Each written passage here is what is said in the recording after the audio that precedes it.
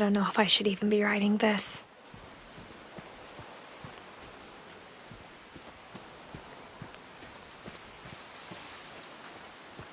Maybe it'd be better if all this just died with me.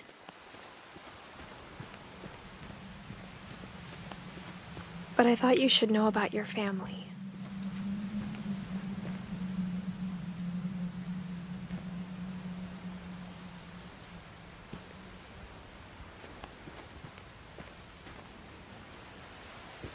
And the history you're a part of.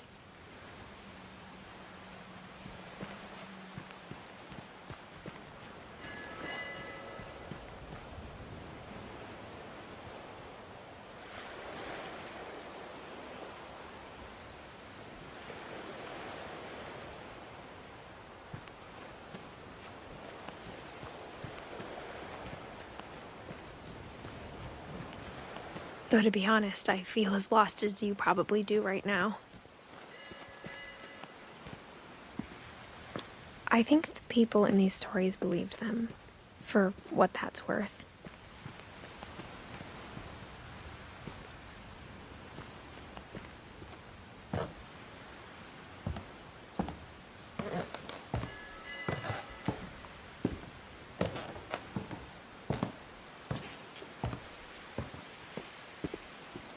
And when you look at the house, that history of imagination and stubbornness and madness, any of it seems possible.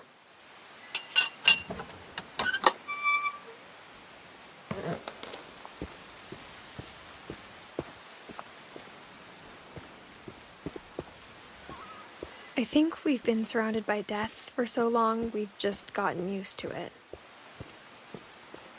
What kind of family finishes building a cemetery before starting the house?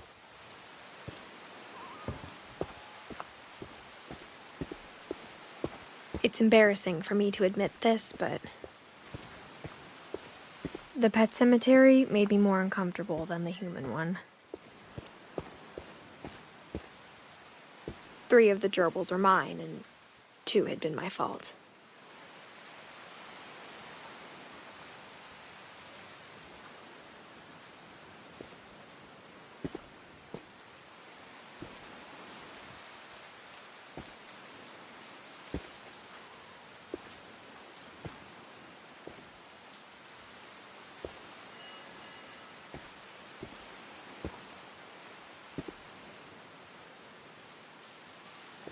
Sven built the house, but it was Edie who designed the cemetery.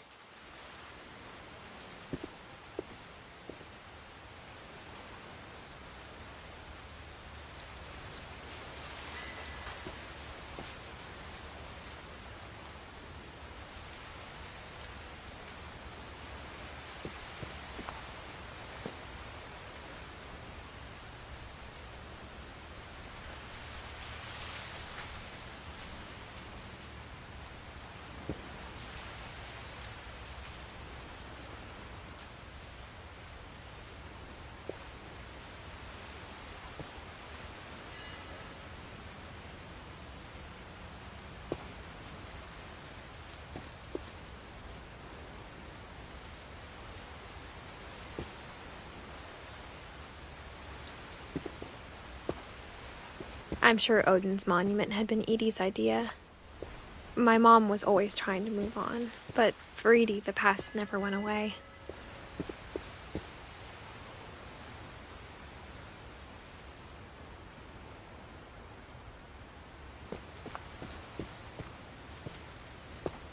She could see it poking out of the water at low tide.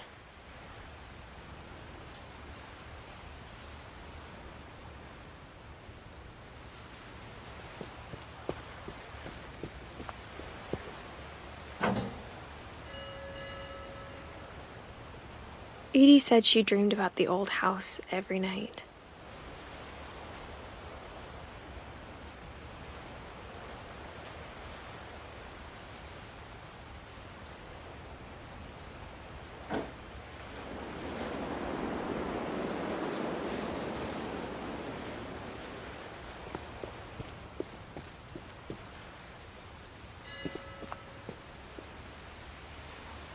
Edie's side was always easier for me to understand.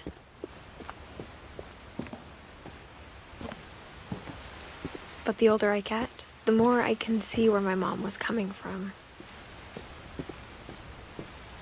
Her dad had been pretty strict, but it wasn't enough to save her brothers. She was just trying to do better.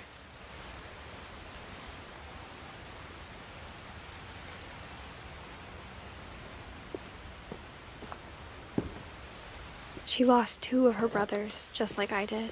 I get why she tried so hard to protect us.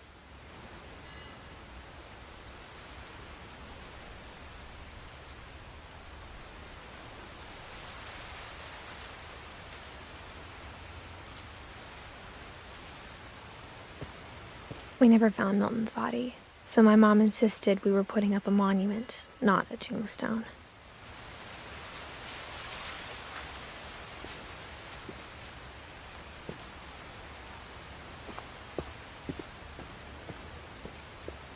There's so many things I wish I could ask my mom now. Part of me thinks this is what she wanted all along.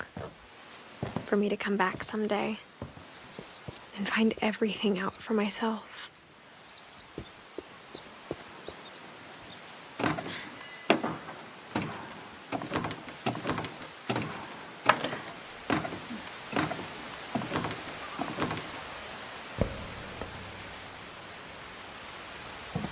But looking back on it now,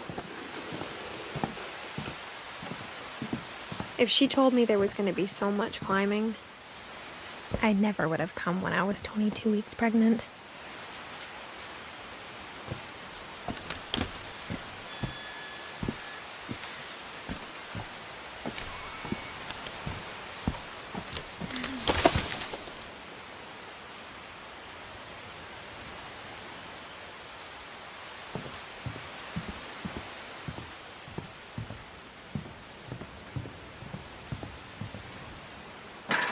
I never met Grandpa Sam, but I think he and my mom had a lot in common.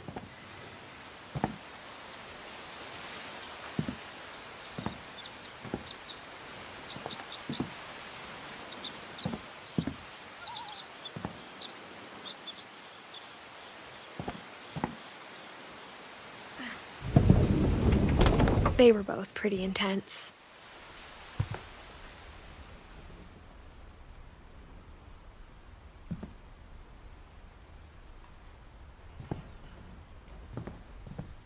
Instead of hiding from death, Sam seemed to go out of his way to meet it.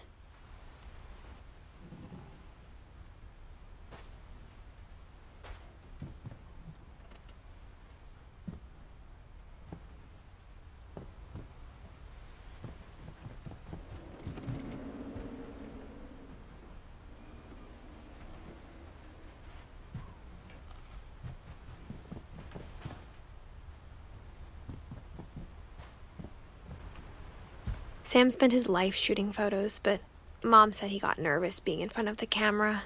I guess we're all afraid of something.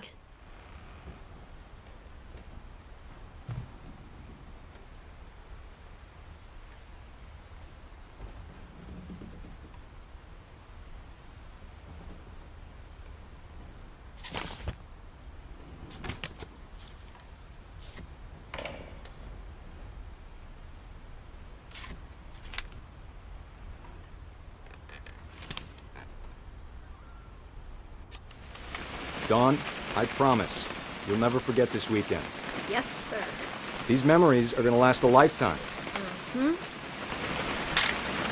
Perfect. Am I gonna have to shoot anything? It's gonna rain the whole weekend, isn't it? I will never forget this weekend, Dad. That's the spirit. Okay, got it. I'm gonna take some pictures, okay? Just be careful. That camera's older than you are.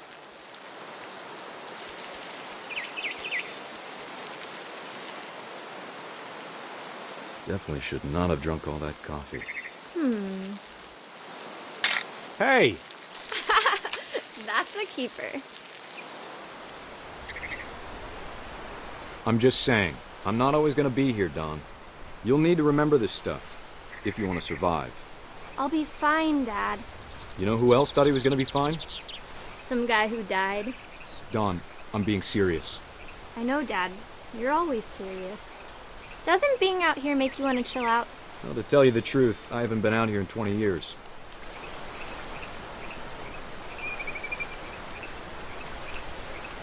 Dad! Good eyes, Dawn.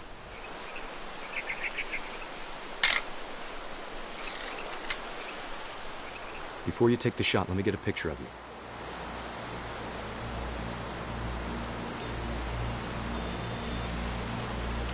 Dad, I... Just breathe. Turn off your imagination. Focus on your target.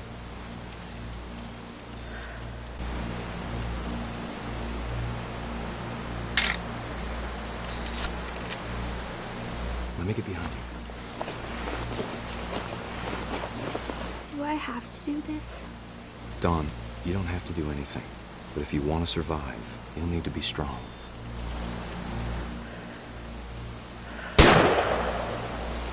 Great shot, Dawn!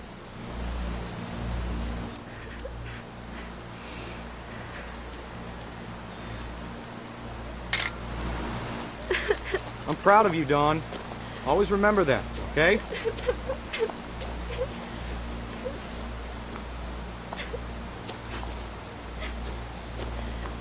Dad, it's twitching. I think That's it's totally normal, Dawn. Just focus on the camera. Try not to think about— Dad!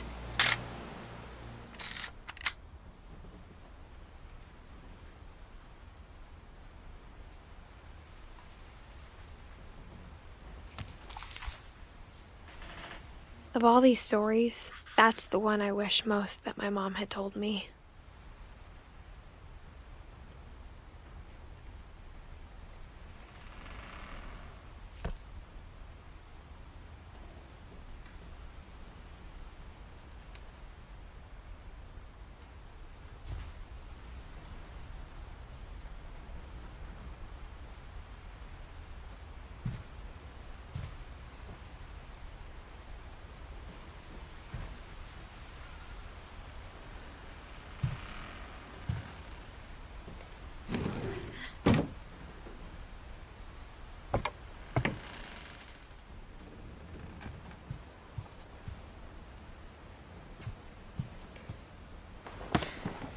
After Sam died, my mom and Edie got really close. They'd both lost a lot.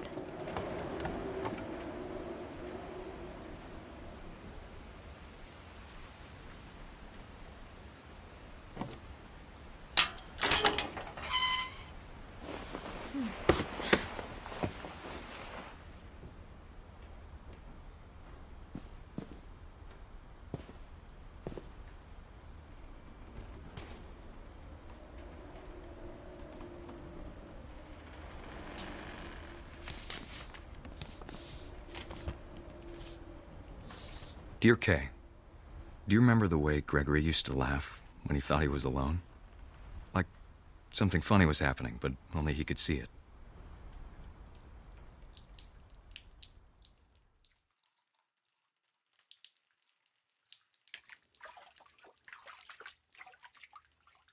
I think he saw things the rest of us don't.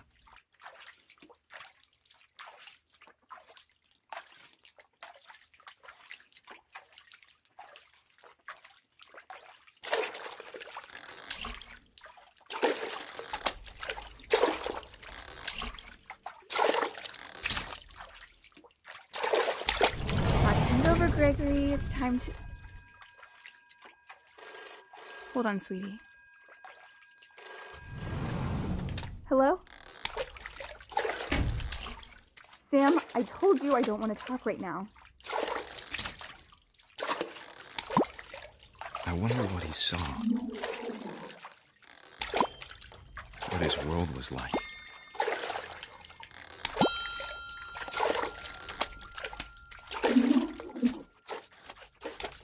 It reminded me so much of Calvin. Lost in his imagination. Whatever it was he saw, it sure made him happy.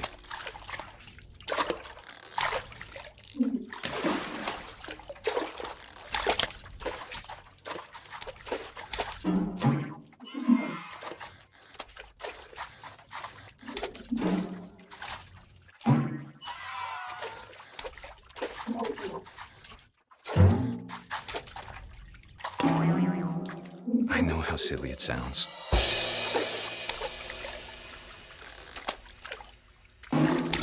That I worried about a baby being too happy. But I could feel him slipping away. Sorry about that, Gregory. I know you did everything you could. Maybe if I hadn't called that night. Damn it. Hold on, I don't want Gregory to hear this.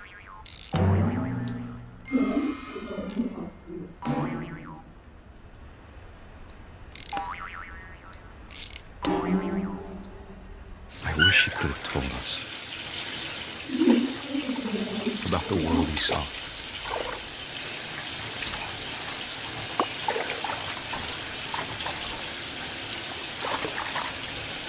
Hey, there's so much I don't understand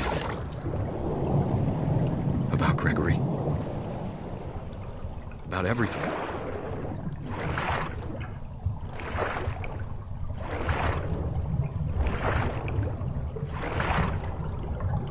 But I know what happened wasn't your fault.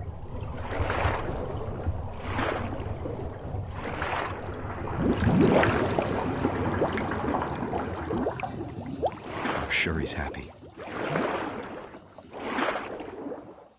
And he'd want you to be happy too.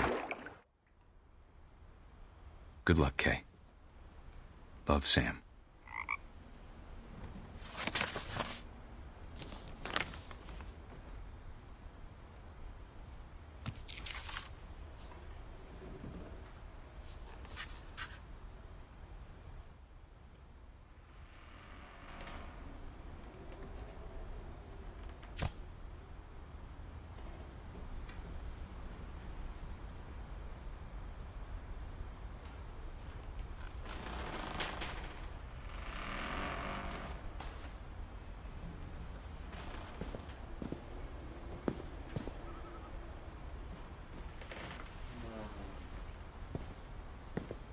I can't imagine my mom ever writing poetry, and yet...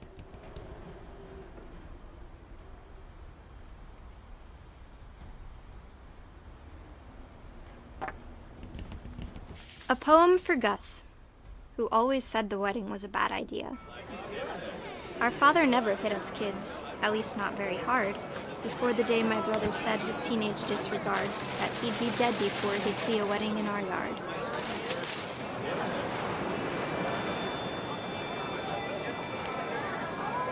My father made him come, of course, but Gus stood far apart, just flew his kite and bottled up the storm inside his heart.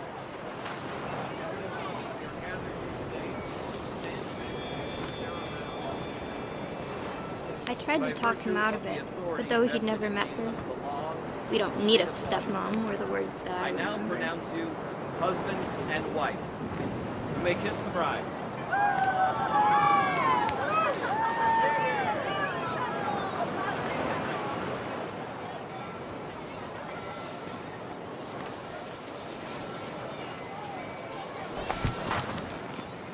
When the time for photos came, Dad ordered him to come here. But Gus declined, and as a sign held up his middle finger.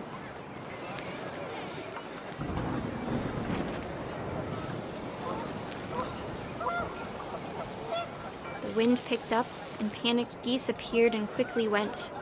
But all the humans did that day was go inside the tent.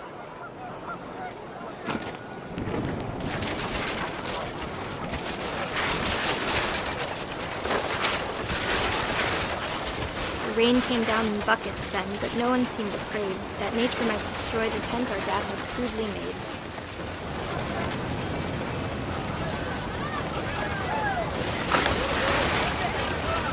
The thunder sounded much too close and full of angry power, but all my father said to this was, "Make the music louder."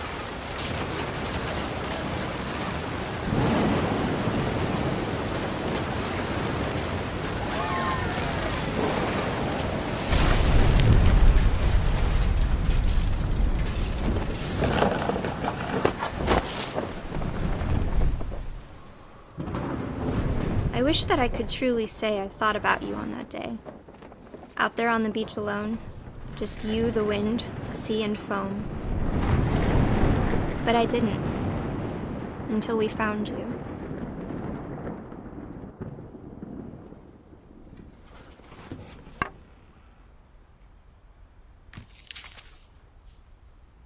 She never talked about him, but Mom told me once if I was a boy, they were going to name me Gus.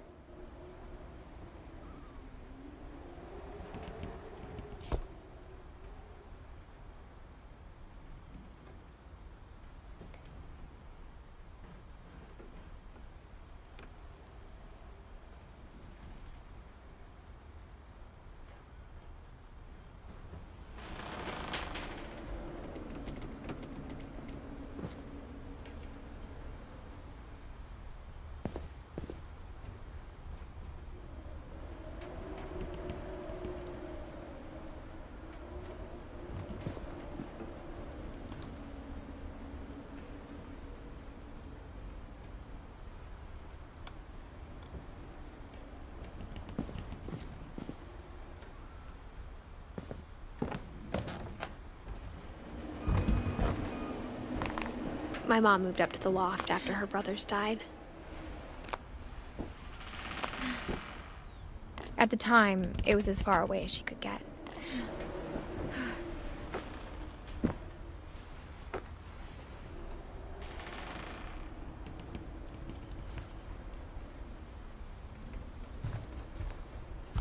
Religion was another thing my mom never talked about, but I think it helped her a lot after her dad died.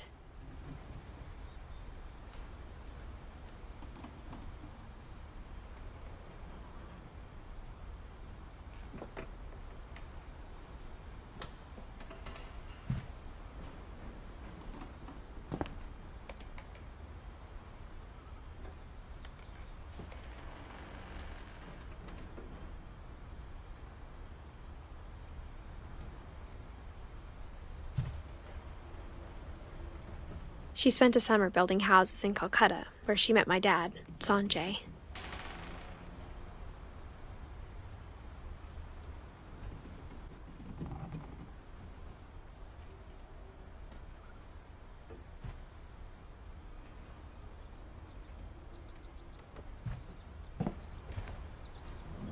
My mom moved to India a week after graduation and got a job teaching English.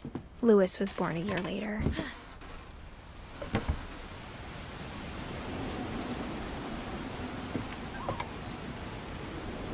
When my dad died, I don't think Mom knew where else to go.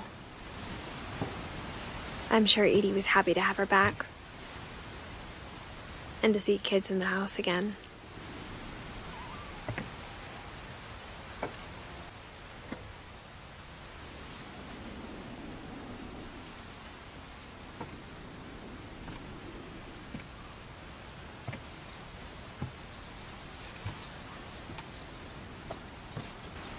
The house had to get a little bigger, but Edie was used to that. And for a while, things were good. Almost normal.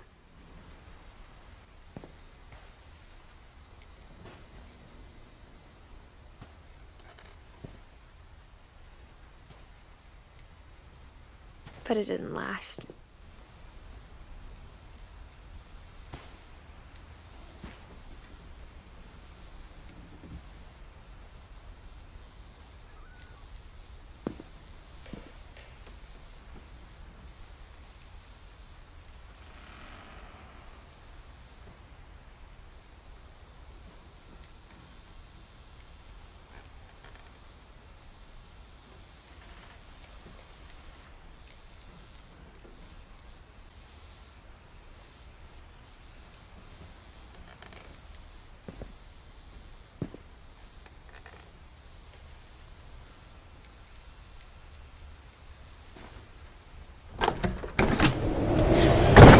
The beginning of the end was Milton's 10th birthday, when Edie gave him a castle.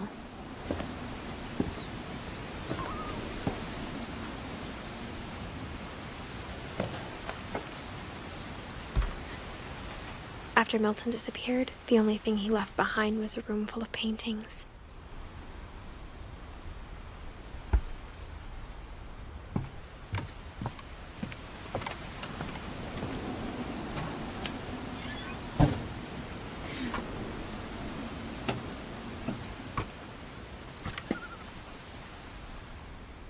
I think Edie was happy to finally have another painter in the family.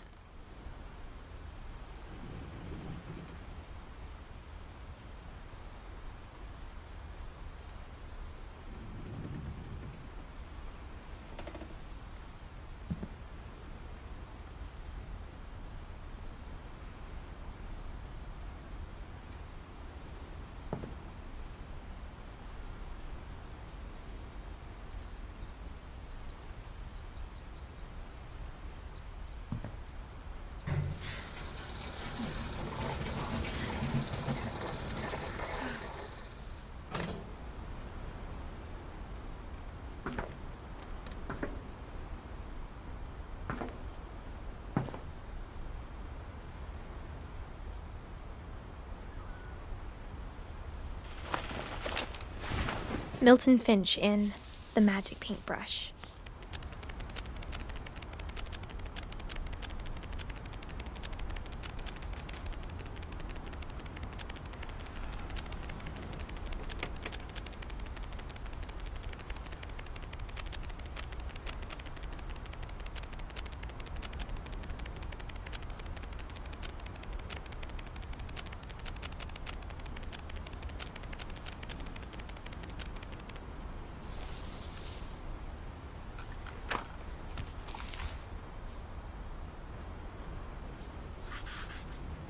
I was 4 when Milton disappeared.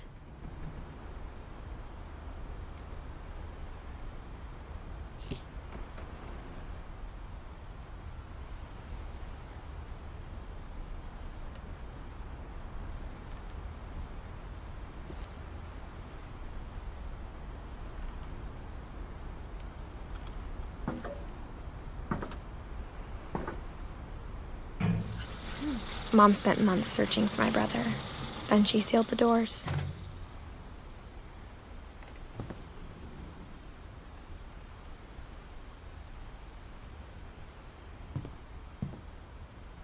Whatever Milton had found in the house, Mom didn't want it getting out.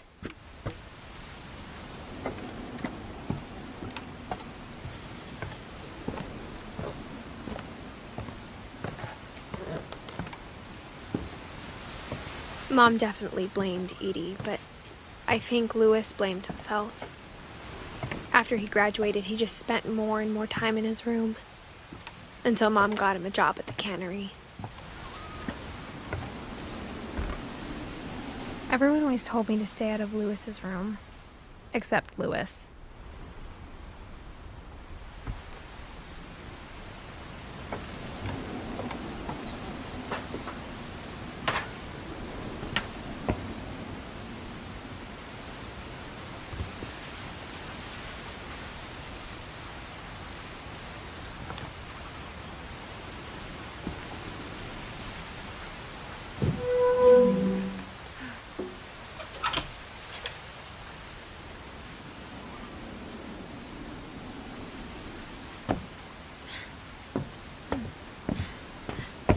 Louis's room smelled very, very familiar. That part of him lived on.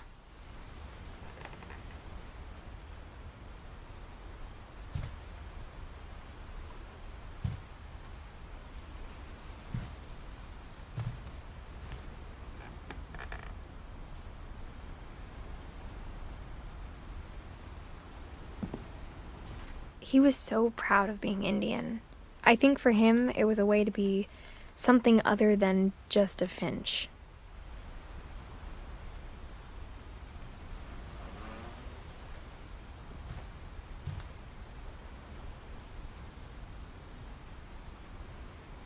Louis and I spent a lot of time playing games together, but he was surprisingly bad at them. He died a lot.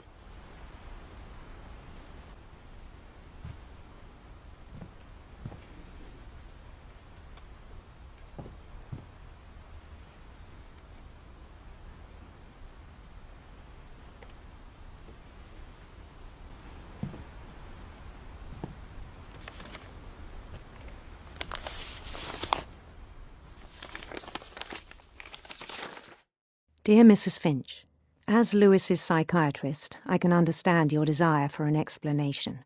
As I see it, the trouble began in January, shortly after we convinced your son to seek treatment for substance abuse. Newly sober, I believe Lewis first noticed the monotony of his daily life.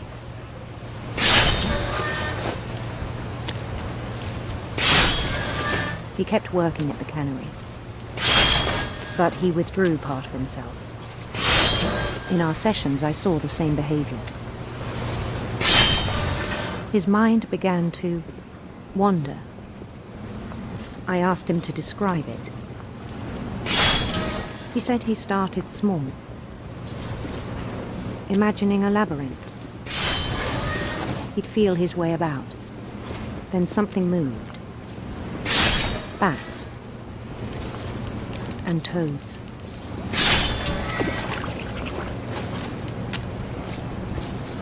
And things that have not names. He knew it was all in his head. But he took it very seriously. I had hoped he'd find himself.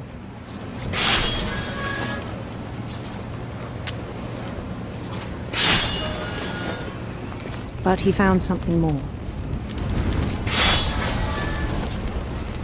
I worried about him then. Daydreaming at the cannery. I spoke with his boss. But he said Lewis had become a model employee.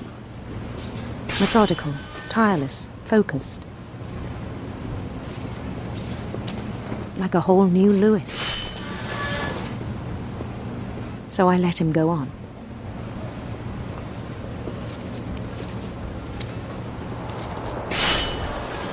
I even encouraged him.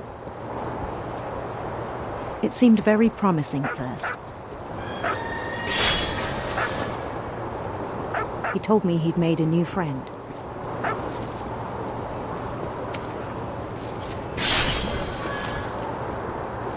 On the edge of a city he named Lewis Topia.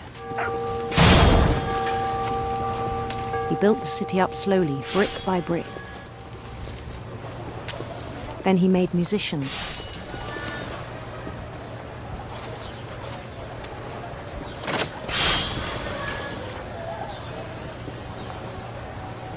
And songs for them to play.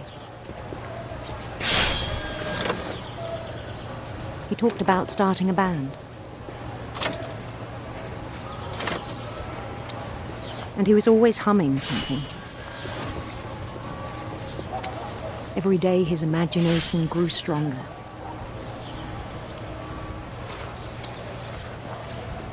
He no longer spoke at the cannery. But his chopping was as reliable as ever.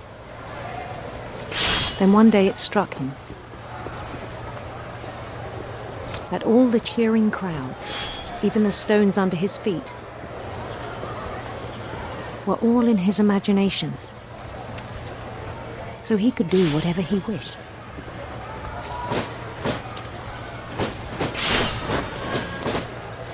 He held an election for mayor. And he won. They begged him to stay, but his mind was already wandering. It became a game for him.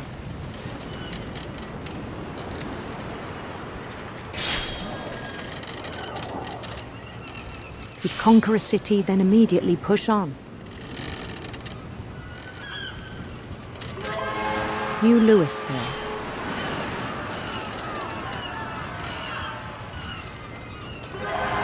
St. Louis.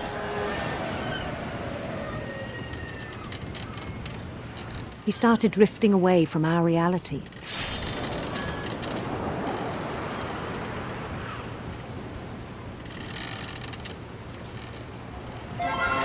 Minneapolis, until one day he forgot to go home from the cannery.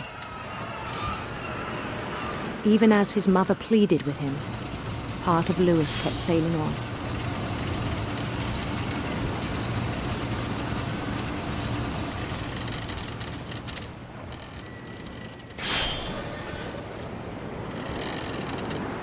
In Lewisburg, he heard rumors of a handsome queen.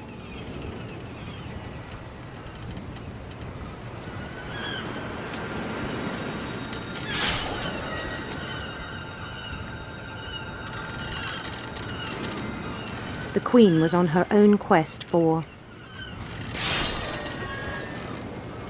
radiant rainbows.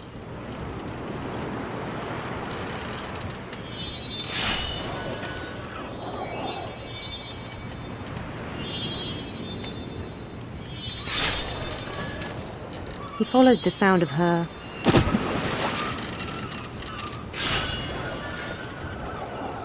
electric sitar.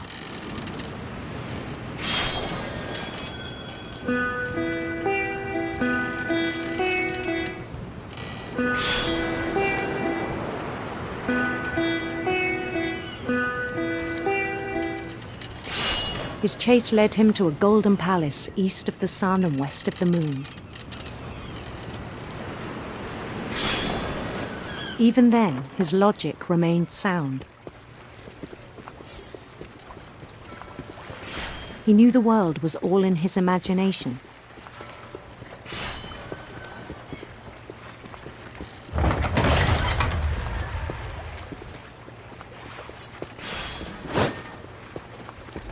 But he was so proud of having created it.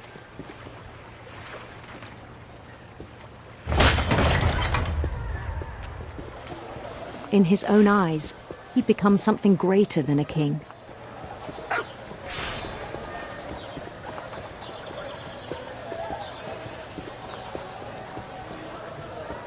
For someone who'd never known success in the real world, I think it was overwhelming.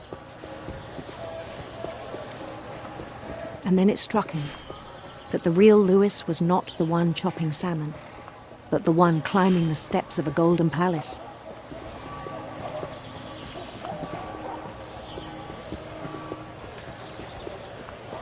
My imagination is as real as my body, he told me.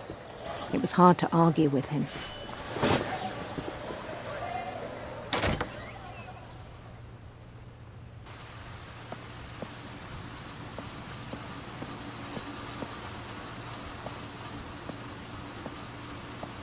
He began to forget the world we know.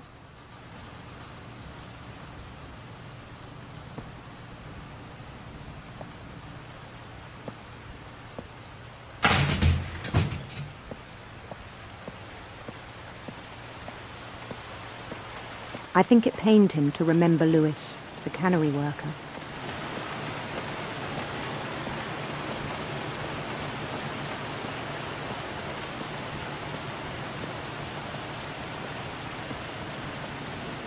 He began to despise the man with a royal contempt.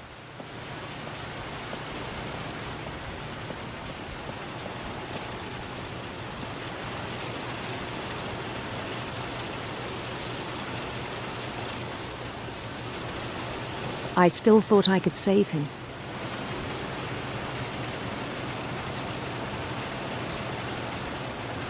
Even after he said he was being crowned king over all the lands of wonder.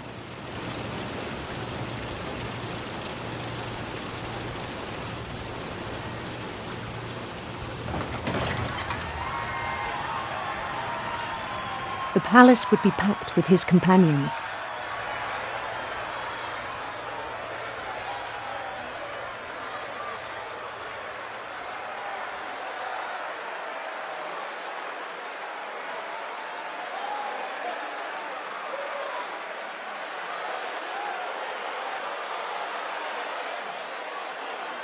Including the wise Calico who'd insisted on advising him.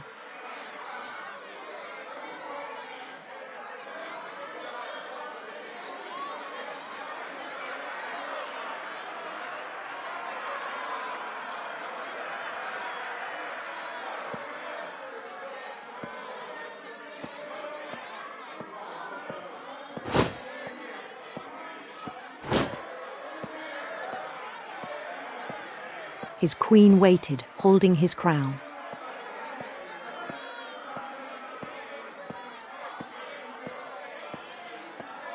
There was only one thing left to do.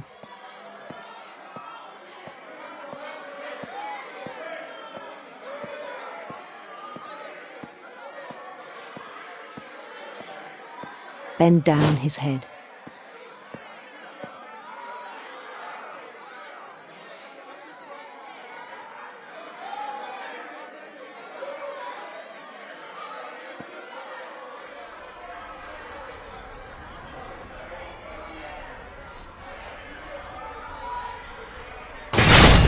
And the rest I think you know. Mrs. Finch, your son was a kind man who will be missed by all of us who knew him.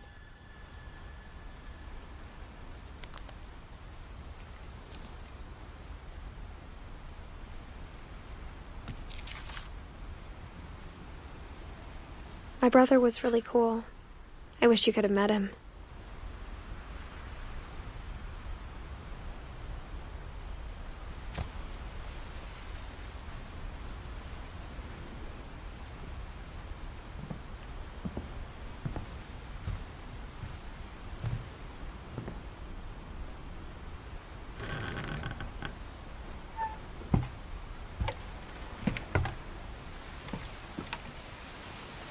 On the way back from Lewis's funeral, my mom told me to start packing.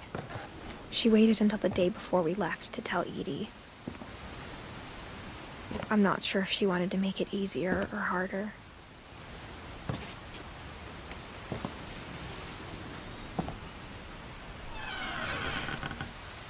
I wish we'd stayed.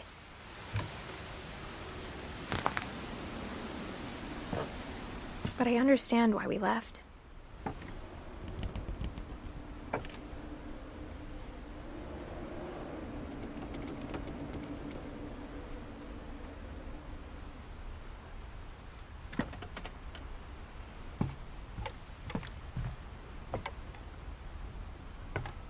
My mom ended up leaving everything behind.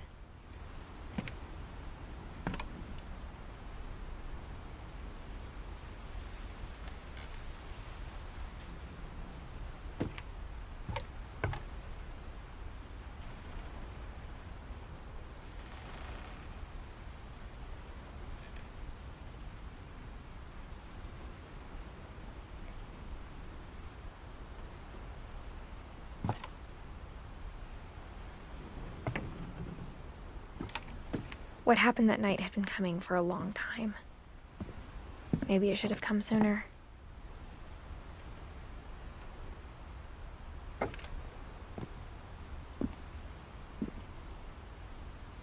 But it had to end one way or another. All that's left now is to tell you about that last night.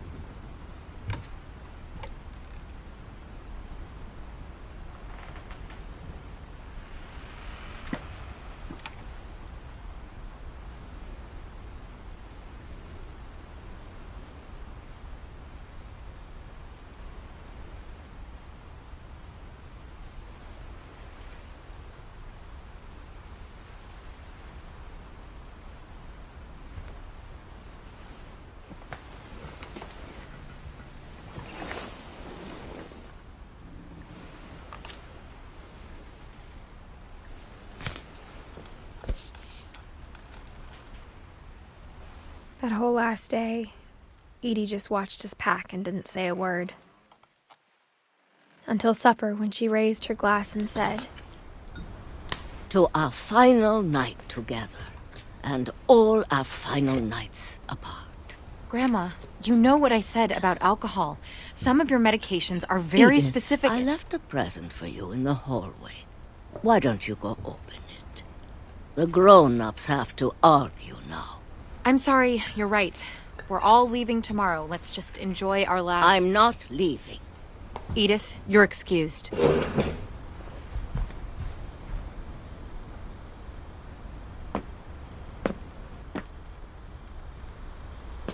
the power had been shut off that morning, but Edie always had plenty of candles.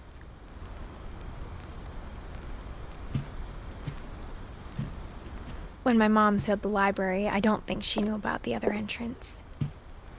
Or that Edie had a key to it.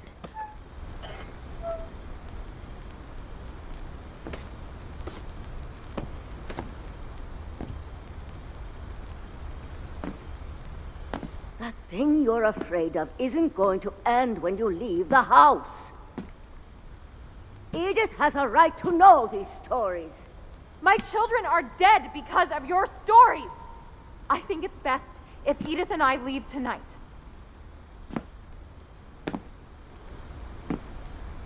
We'll have the nursing home send a van for you in the morning, okay? Dear Edith, there's so many stories I wish I could tell you, but there's only time for one. This is about what happened on the night you were born. That night, the tide went way, way out. It was the first and last time I ever saw the old house aground. There'd been an earthquake out in the middle of the ocean. They called it the lowest tide in 1,000 years. God, it smelled awful. You know, I've seen that house every day of my life. But I never thought I'd go back to it. When the fog rolled in, I lost my way.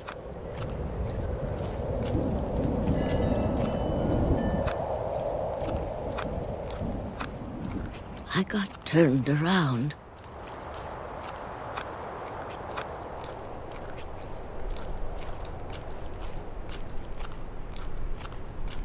For a while, I wandered. I started seeing things.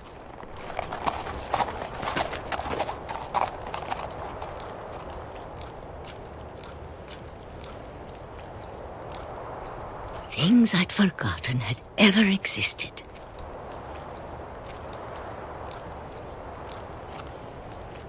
But when I saw them, they felt like old friends. That night, a lot of things came back to me. Or maybe I came back to them.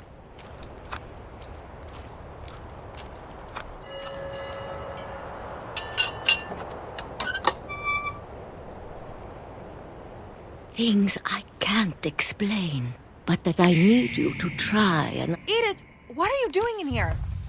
It's mine. Edith! Mom, you're gonna rip it! Let go! I kicked and screamed, but Mom dragged me to the car. I never saw Great-Grandma Edie again. The next morning, the van came to pick her up, but she was already gone. After that, we moved around a lot.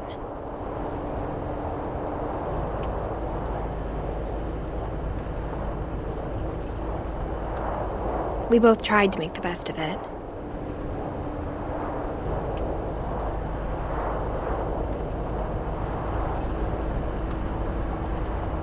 A few years went by.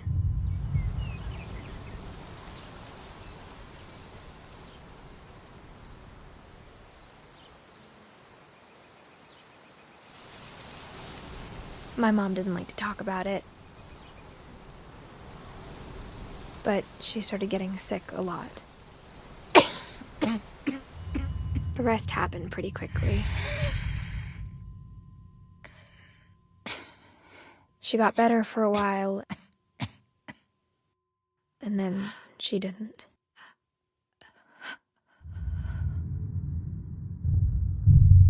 And then I was alone. The last Finch left alive.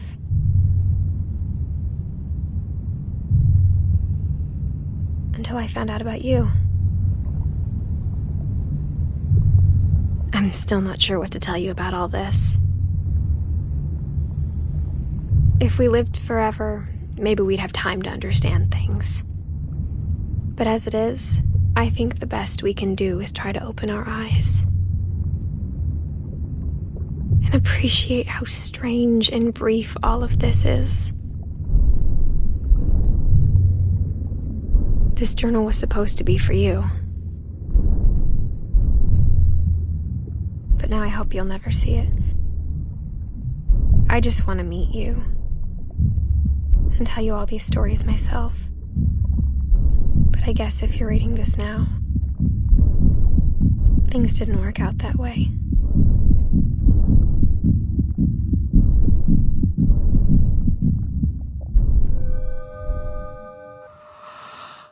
This is where your story begins. I'm sorry I won't be there to see it. It's a lot to ask, but I don't want you to be sad that I'm gone. I want you to be amazed that any of us ever had a chance to be here at all. Good luck.